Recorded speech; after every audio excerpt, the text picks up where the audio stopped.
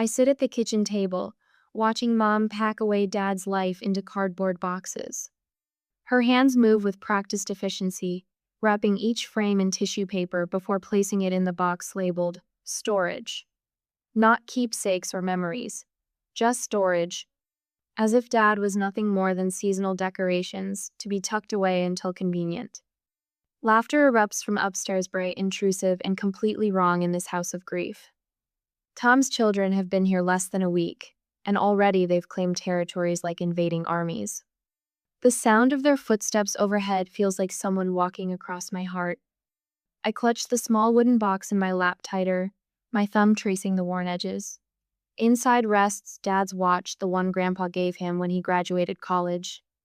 The last piece of him Mom hasn't swept away into boxes. The hospice people said this helps with closure. Mom says without looking at me, her voice flat as she wraps another frame, removing the visual reminders. What about me? I want to scream. I'm the visual reminder. Every time she looks at me, she sees him. The stairs creak and Mom straightens, her face transforming. The grief lines smooth away, replaced by something bright and artificial, a smile she never wore for Dad. Tom appears in the doorway, his arms sliding around Mom's waist like he's marking territory. His eyes barely register my presence before focusing completely on her.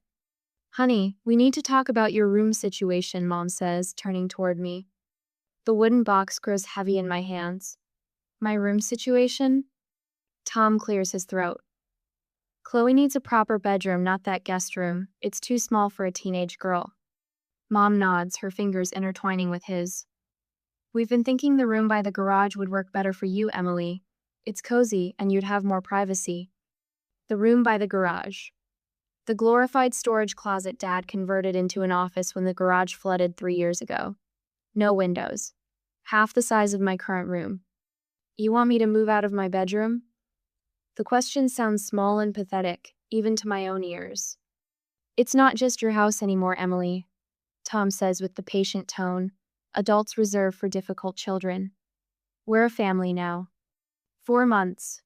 Dad has been dead 4 months, and already I'm being relocated like furniture that doesn't match the new decor. Rain drummed against black umbrellas that day. Water soaked into the fresh dirt covering Dad's casket, turning the ground into mud that clung to my shoes.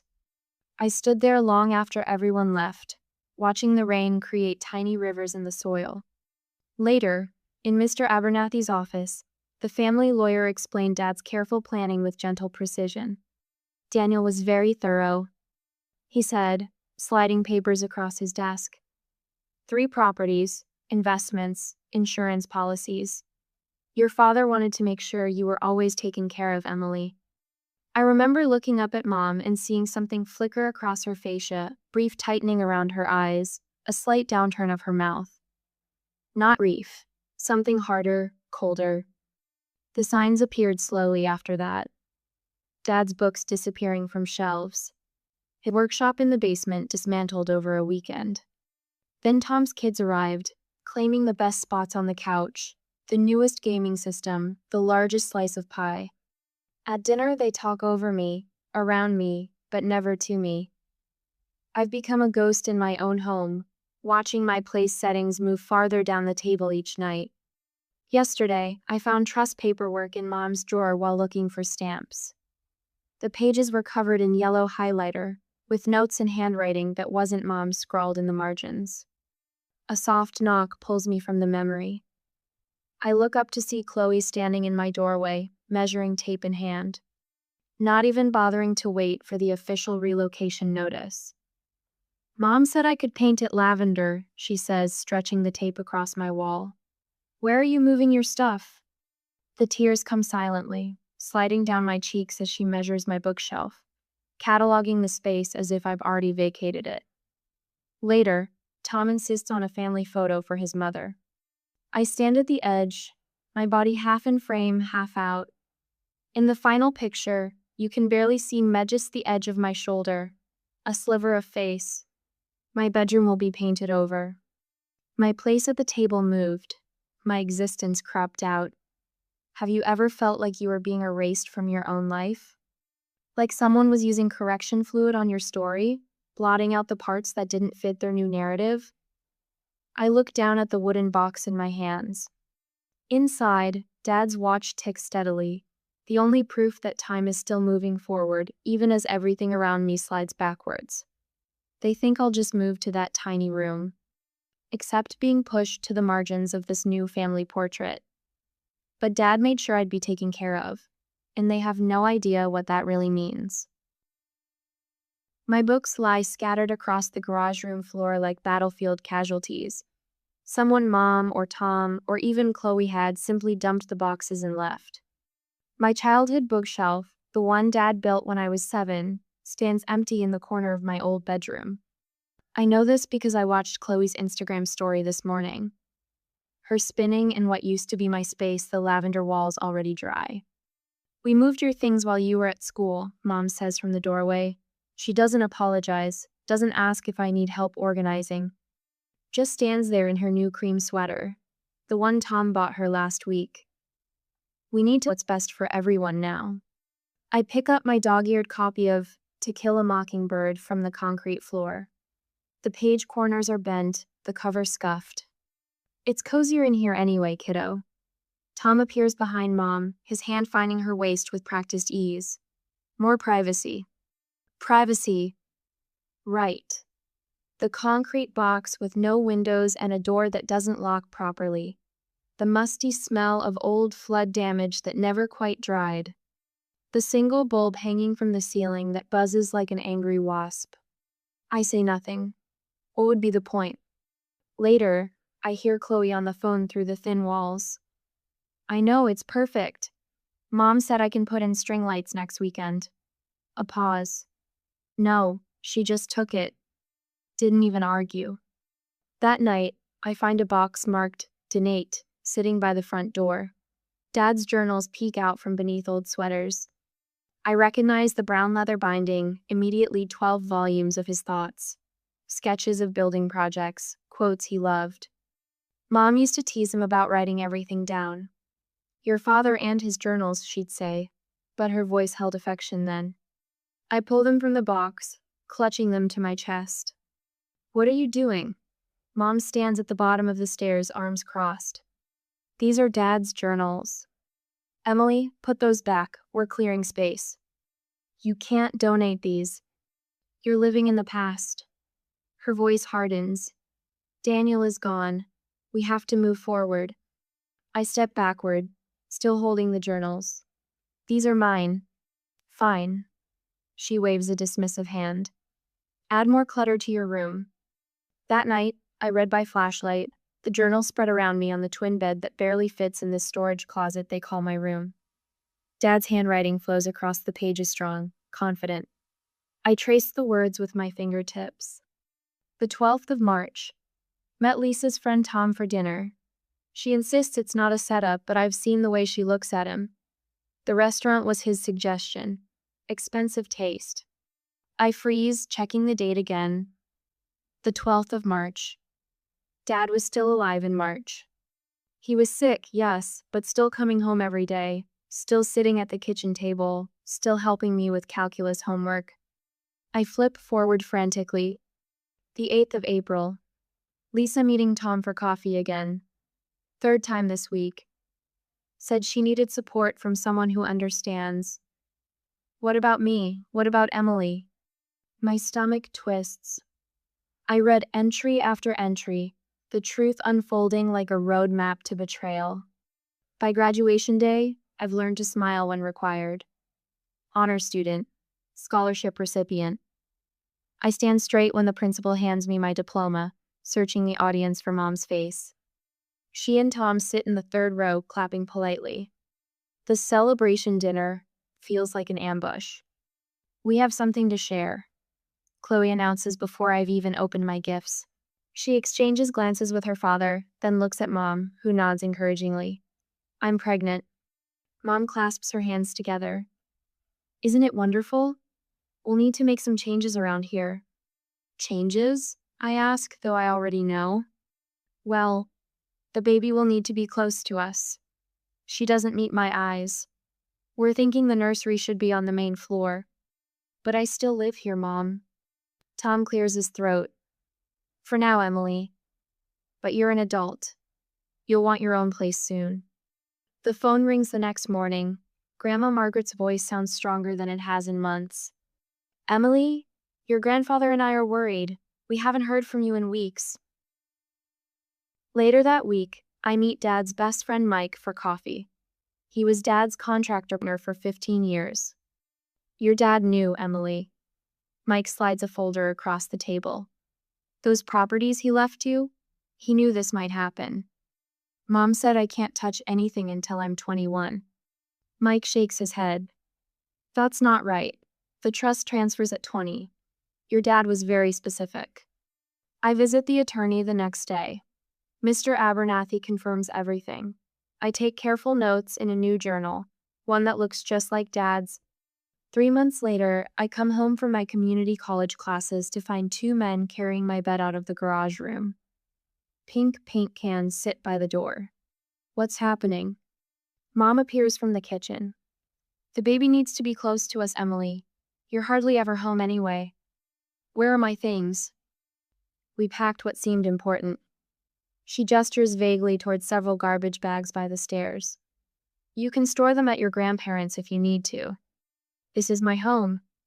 If you can't support this family's needs, Tom says from behind her, maybe you need to find somewhere else to live. I look at my mother, really look at her. The woman who held me through nightmares and taught me to read. The woman who helped Dad string Christmas lights and laughed when he couldn't carry a tune. The woman who now stares back at me with a stranger's eyes. I pick up one garbage bag, then another, carrying them to my car in silence. The last thing I take is Dad's wooden box, with his watch inside, ticking steady and sure. When someone takes everything from you, do you walk away or wait for the right moment to reclaim what's yours? I had to make that choice, and my decision changed everything. Rain pelts the windshield as I pull into my grandparents' gravel driveway. The wipers struggle against the downpour, matching the rhythm of my sobs. One suitcase. That's all I managed to grab before Lisa made it clear I was no longer welcome in what used to be my home. I sit in the car, watching rivulets of water stream down the glass. The porch light flickers on, and Grandma Margaret appears in the doorway, her silhouette a beacon in the storm. The car door feels impossibly heavy as I push it open. My feet sink into mud as I trudge toward the farmhouse, rain soaking through my thin jacket. Grandma doesn't say a word when I reach the porch. She simply opens her arms, and I collapse into them, my body shaking with the weight of everything I've lost. Your father knew this might happen, she whispers against my wet hair. Not, I'm sorry, or, it'll be okay. Just the truth. The truth Dad saw coming long before I did. Inside, Grandpa George sits at the kitchen table, his weathered hands wrapped around a mug of coffee. His eyes, so much like Dad's, fill with a mixture of sadness and something harder when he sees my state. The attic room is ready for you, Grandma says, taking my suitcase.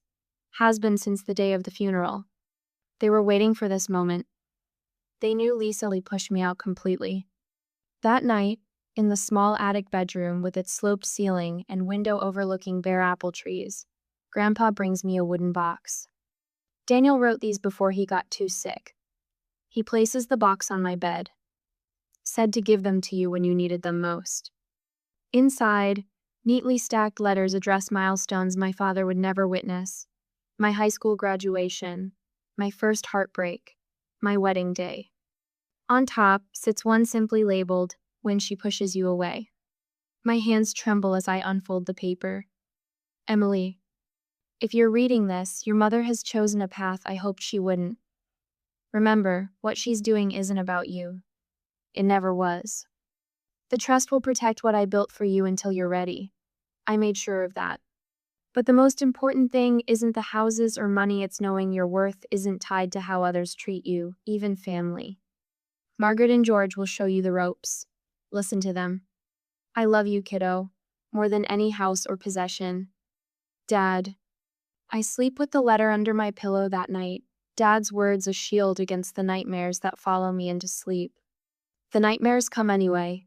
I'm standing in front of our house. while invisible hands dismantle it brick by brick. I try to stop, but my feet won't move. Lisa watches from the window, Tom beside her, both smiling as the roof caves in.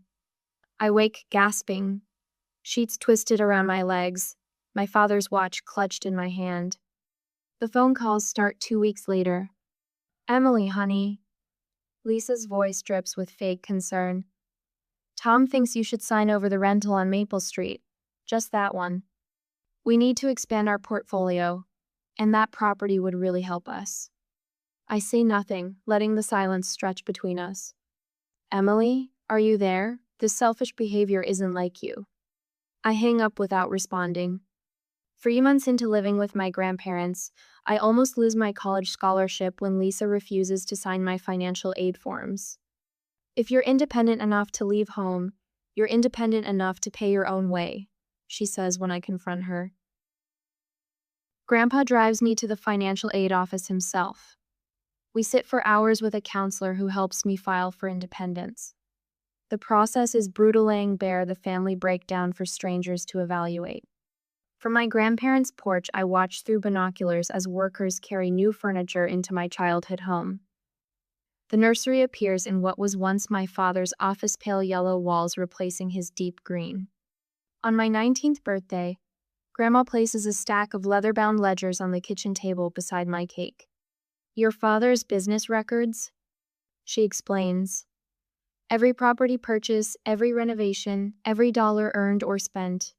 Daniel built everything from nothing, Emily. He wanted you to understand how."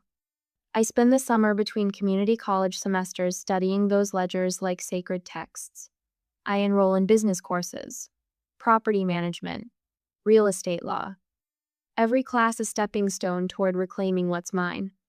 The first time I walk through one of my houses, the rental on Oak Street, I see it with new eyes. Not just as my father's legacy, but future. I know the aging roof, the outdated kitchen, the potential hiding beneath years of rental wear. "The gutters need cleaning," Grandpa George points out during our weekend inspection. "Never ignore water issues. They'll cost you triple if you let them fester." Saturdays become renovation days. Grandpa teaching me to replace doorknobs, unclog drains, identify foundation issues. His patience never wavers when I mess up, hands bleeding from rookie mistakes with tools.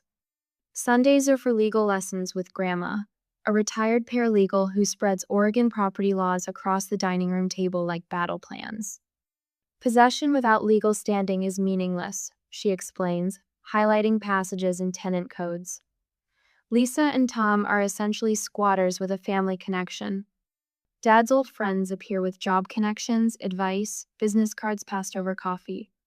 "Daniel helped me start my contracting business," says Mike Holloway, pressing his card into my palm. Time to return the favor. On my bedroom wall, a calendar marks days until my 20th birthday, the date the trust transfers completely into my name. Red X's cross out days like countdown to liberation. The attorney's office is cool and quiet when I visit in June. Miss Richards reviews my rights and responsibilities with clinical precision. "You'll have full control of all 3 properties," she explains, "including the right to determine occupancy." I create spreadsheets of fair market rent for Portland suburbs. Research eviction procedures. Draft a business plan for property improvements once I have access to the trust income. The formal notice waits in a folder on my desk, 30 days to vacate, my signature line empty until the legal date arrives. On the morning of my 20th birthday, before meeting with the trust administrator, I visit Dad's grave. The August sun warms the granite headstone as I trace his name with my fingers. "You made sure I would be okay, Dad. Now I'm going to make you proud." The trust documents feel substantial in my hands when Ms. Richards passes them across her desk hours later. My signature transforms them from potential to actual, from future to present. Grandma's hand rests on my shoulder as we leave the office. "You're ready," she says simply. The question isn't whether I'll deliver the notice to Lisa and Tom. The question is whether I have the courage to take back what's rightfully mine, even if it means standing against my own mother. I slip the notice into my purse, my father's watch heavy on my wrist. "I'm ready." I grip the steering wheel of my Honda Civic as I turn onto Willow Creek Lane. My charcoal gray blazer feels stiff against my shoulders, the collar of my white blouse pressing against my throat. The certified letter in my briefcase burns like a living thing. Tom's massive truck sits in the driveway of my childhood home, dwarfing Mom's sensible sedan. Beside it gleams a brand new fishing boat, the price tag probably equivalent to a year's college tuition. My father's money at work. The doorbell echoes inside the house, a sound that once meant I was home, now announcing me as a visitor. When Mom opens the door, her smile freezes mid-formation. For a moment, her eyes widen with something like fear. "Emily?" She blinks rapidly, one hand rising to her throat. "We weren't expecting you." Clearly. I step past her without waiting for an invitation. The scent of unfamiliar potpourri hits me, cinnamon and cloves instead of Dad's preferred pine. "Who is it, babe?" Tom's voice calls from the kitchen, followed by heavy footsteps. He appears in the hallway, a beer in one hand, remote in the other. His expression hardens when he sees me. "Well, look who decided to remember where she lives. This isn't a social call." My voice sounds steadier than I feel. I open my briefcase and extract the sealed envelope. "I'm here to deliver this formally." Mom takes it with trembling fingers. "What is this?" "A 30-day notice to vacate the premises." The words hang in the air like smoke. Tom's face flushes crimson while Mom's drains of all color. "You can't be serious." She tears open the envelope, eyes darting across the legal language. A baby cries upstairs. Mom's eyes dart toward the sound, panic replacing shock. "You can't just throw us out. The baby's only 6 months old." Tom steps forward, drawing himself up to his full height. "This is our home now. You can't just take it." "Actually, I can." The trust was very specific. I keep my voice level, the way my attorney coached me. "The property transferred to me on my 20th birthday. I've allowed you to stay rent-free for 3 months already." Footsteps thunder down the stairs as Chloe appears, balancing the baby on one hip. Her hair is pulled into a messy bun, dark circles under her eyes. "What's happening?" "Your stepsister is evicting us," Tom spits out. Chloe's mouth drops open. "Where are we supposed to go?" I adjust the strap of my briefcase, careful not to let my hands shake. "You have 30 days to find a new place. I've been very generous." "Generous?" Mom's voice breaks. "You call this generous? After everything we've done for you?" The laugh escapes before I can stop it, sharp and bitter. "What exactly have you done for me, Mom? Pushed me into a closet? Erased Dad's existence? Made me homeless at 18? That's not fair. Neither was what you did to me." I turn to leave, my heart hammering against my ribs. Mom rushes to the phone, frantically dialing as I walk out. By the time I reach my car, the calls have already begun, my phone lighting up with texts from relatives. "How could you do this to your mother? Your father would be ashamed of you. I never thought you'd be so heartless." I sit in my car, forehead pressed against the steering wheel, doubt creeping in like cold water. Would Dad be ashamed? Am I doing the right thing? 30 days pass in a blur of angry calls and tear-filled voicemails. Mom and Tom leave for a weekend in Arizona, ignoring the deadline completely. Their final act of defiance. When the 30-day mark arrives, I return with Grandpa George and a locksmith. The neighbors watch from their porches as we present our documentation to the confused police officer who responds to their calls. "Ma'am, everything appears to be in order," he tells Mrs. Patterson from next door. "Miss Harper is the legal owner of this property." I walk through the empty rooms after the moving company loads Tom and Lisa's belongings into storage. In the garage, I find Dad's fishing trophies tossed in a trash bin, waiting for collection. I rescue them one by one, wiping dust from the small golden figures. The nursery furniture we carefully place in a climate-controlled storage unit, along with anything truly necessary for the baby. I'm not a monster, despite what my mother's Facebook posts claim. That night, I sleep in my old bedroom for the first time in years. The walls are painted over, but beneath the fresh coat, I know my growth marks still exist, pencil lines marking each birthday, hidden but not erased. The next morning, I'm sipping coffee when car doors slam in the driveway. Tom's truck pulls up, followed by Mom's sedan. Their faces transform from travel-weary to thunderous as they try their keys in the new locks. Police cars arrive minutes later, Tom's doing. But the officers simply review my documentation again and stand by as Tom's threats escalate from legal action to physical intimidation. "Sir, you need to calm down," the older officer warns as Tom's finger jabs toward my face. From the living room window, I watch them drive away, defeated. Mom turns once to look back at the house, her eyes meeting mine through the glass. I don't look away. Sometimes taking back your power means becoming the villain in someone else's story. But was I wrong to reclaim what was legally mine? The aftermath would test my resolve in ways I never imagined. My phone vibrates again, the 5th time in 20 minutes. I don't need to look to know it's another family member I barely speak to, suddenly passionate about my moral failings. 12 voicemails since breakfast, Grandpa George says, placing a mug of coffee in front of me. "Your mother's been busy." I scroll through social media, where Lisa's family has launched their campaign. Aunt Debbie's post has 53 comments, praying for my sister Lisa during this difficult time. No mother should have to endure such cruelty from her own child. Uncle Ray shared a blurry photo of Tom holding the baby. Family means standing together through hard times. Shame on those who forget this sacred bond. Then I see at Lisa's tearful video, professionally lit despite her desperate circumstances, mascara artfully smudged beneath red-rimmed eyes.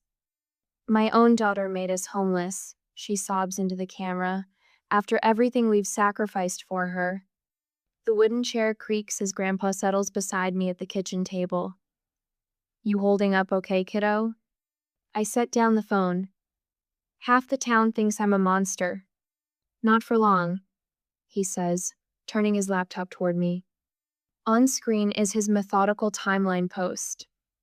Daniel's death date, documentation of my room being taken, screenshots of Lisa refusing to sign my college forms, dated photos of my belongings piled in the garage room, the legal notice delivered 30 days before they were required to move. Comments flood in beneath it. I witnessed how they treated Emily at school events. Her mom never showed up senior year. Their homeless family is staying at a beachfront rental in Newport. My sister cleans for them. Emily's mom pushed her out 2 years ago. I drove her to her grandparents that night. Lisa's carefully constructed narrative crumbles with each new comment. "Truth has a way of surfacing," Grandma Margaret says, joining us at the table. "People remember how you were treated." The ceiling fan turns lazily overhead, casting slow-moving shadows across the quilted placemats. Outside, Oregon rain taps against the windows, a gentle rhythm that's become the soundtrack of my healing. Did I do the right thing? My voice sounds smaller than I want it to. Grandma's weathered hand covers mine. "Your father didn't leave you all this just for you to give it away out of guilt." "But—" "No buts," she interrupts. "Daniel built everything he had from nothing. He protected you the only way he could." The property management company's email arrives with perfect timing. 5 applications for the rental properties, all offering above asking price. The monthly income would cover my tuition and living expenses completely.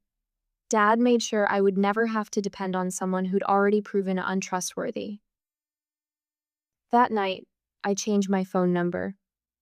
The next morning, I watched the renovation team arrive at my childhood home. They tear out the walls where Tom hung photos of his fishing trips, strip the pink paint from my old bedroom, remove the carpet where my father once carried me on his shoulders. Grief and relief tangle together as I watch them work. Some wounds can't heal while you're still bleeding. A certified letter arrives a week later. Lisa's attorney demands family heirlooms she claims belong to her. I recognize the manipulazione legal foot in the door, a reason to pull me back into their orbit. I send back only what truly belonged to her: her grandmother's serving platter, photo albums from before she met Dad, her college yearbooks. Nothing more. The boundary stands. 3 days later, she appears at Grandpa's doorstep. Gone is the polished, grieving mother from the video. Her hair hangs limp, her eyes hollow with defeat. "I just want to talk," she says when I answer. "I made mistakes." I step onto the porch, closing the door behind me. Lisa has rewritten our story so many times that I hardly recognize the original plot. This feels like another revision. "You didn't make mistakes," I say. "You made choices." "Emily, please." Her voice breaks. "You're still my daughter." The words I've held back for years rise to the surface. "You chose them over me long before I chose myself over you." Her face crumples, the carefully constructed mask slipping away. For the first time, I see actual remorse in her eyes. "I never thought you'd actually leave," she whispers. "That's because you never really saw me at all." Wind rustles through the oak trees that line Grandpa's driveway. A car passes on the distant road. Life continuing around us, indifferent to our small human drama. "Can we start over?" she asks, reaching for my hand. I step back. "No." Her tears come then, real ones this time. "I'm sorry, Emily, I truly am." "I believe you," I say, and the strange thing is, I do. But some things can't be fixed with an apology.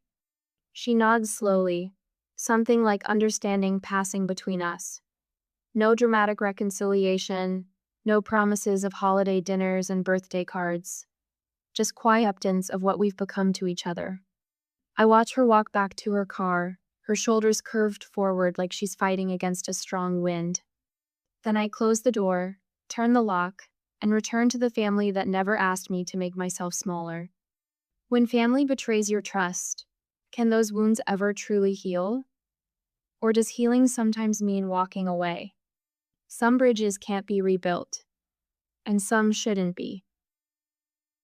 Morning light streams through my Seattle apartment windows, casting golden rectangles across the hardwood floor. I sit cross-legged on my desk chair, surrounded by textbooks and the steady rhythm of rain against glass. 3 years since I stood my ground. 3 years of building something new. The property management report sits open on my laptop. 3 houses, 12 tenants, steady income. Numbers my father would understand. Numbers that built this life. His watch catches the light from its glass case on my desk. I touch the case gently, a ritual I perform each morning before classes. "Still ticking, Dad," I whisper. On my wall hangs a photo from college orientation. Grandma Margaret stands tall despite her arthritis, Grandpa George beaming beside her. Their hands rest protectively on my shoulders. The family that chose to stay. I flip through my therapy journal, pages filled with neat handwriting that gradually becomes stronger, less hesitant. Early entries shake with doubt. Was I wrong to take back what was mine? Should I have compromised? Later ones stand firm. I deserve to protect what Dad built for me. Setting boundaries isn't selfish. My phone buzzes. A text from Rachel inviting me to dinner with our study group. Friends who know me only as Emily the business major, the quiet girl with surprising insight during case studies. Not Emily the displaced daughter. Not Emily who once slept in a glorified closet while strangers claimed her home. Professor Wilson returned our business proposals yesterday, mine marked with a bright A and a note. "Excellent expansion strategy. Your father would be proud." He doesn't know about Dad, but somehow the words feel true anyway. A small award certificate leans against my bookshelf recognition for the renovation project I supervised on the Portland property last summer. The tenants sent photos of their children playing in the backyard I once thought I'd never see again. The family newsletter Aunt Linda still sends contains news I read selectively. Mom and Tom separated last spring. No surprise there. Some relationships built on betrayal eventually face their own. Yesterday, an unexpected email appeared in my inbox. Chloe, now a mother herself, writing, "I didn't understand then what we took from you. I'm sorry. 3 years too late, but still. Growth happens at different rates for different people. I've responded to some family members, maintained distance from others. Uncle Dave, who stood by me, gets Christmas cards. Cousin Jen, who called me heartless, doesn't. I've learned the freedom of selective forgiveness given freely, but only where earned. Last week, I visited the old house. Stood on the sidewalk watching the Henderson family move in. Their little boy racing through the front yard, his sister carefully carrying her science project to the door. Mrs. Henderson waved from the porch, thanking me again for approving their application. I walked up the familiar steps, touched the doorframe where Dad once marked my height with pencil marks. The Hendersons preserved it, understanding some histories deserve respect. Walking away, I didn't look back. The weight I'd carried lifted years ago. In my campus office, a corner desk in the business building, I framed the trust papers, not as a reminder of pain, but of protection. Dad's signature at the bottom, the legal language that sheltered me when I had nothing else. My own business cards sit in a holder beside them. Harper Property Management. Small but growing, adding a duplex next spring if projections hold. Yesterday, I visited Dad's grave, placed fresh flowers against the headstone, and sat on the grass beside him. "You protected me even when you couldn't be here," I told him, my voice steady in the cemetery quiet. The confused, frightened girl I once was feels like someone I knew long ago, a character in a story I've outgrown. I pressed my palm against the cool stone. "I protected what you built for me." The wind stirred the oak trees overhead, scattering light through leaves. Dad always said you judge a life by what remains when you're gone. What remains of his life is me standing tall, moving forward, building something lasting. The greatest inheritance wasn't the houses or the money. It was learning how to stand my ground.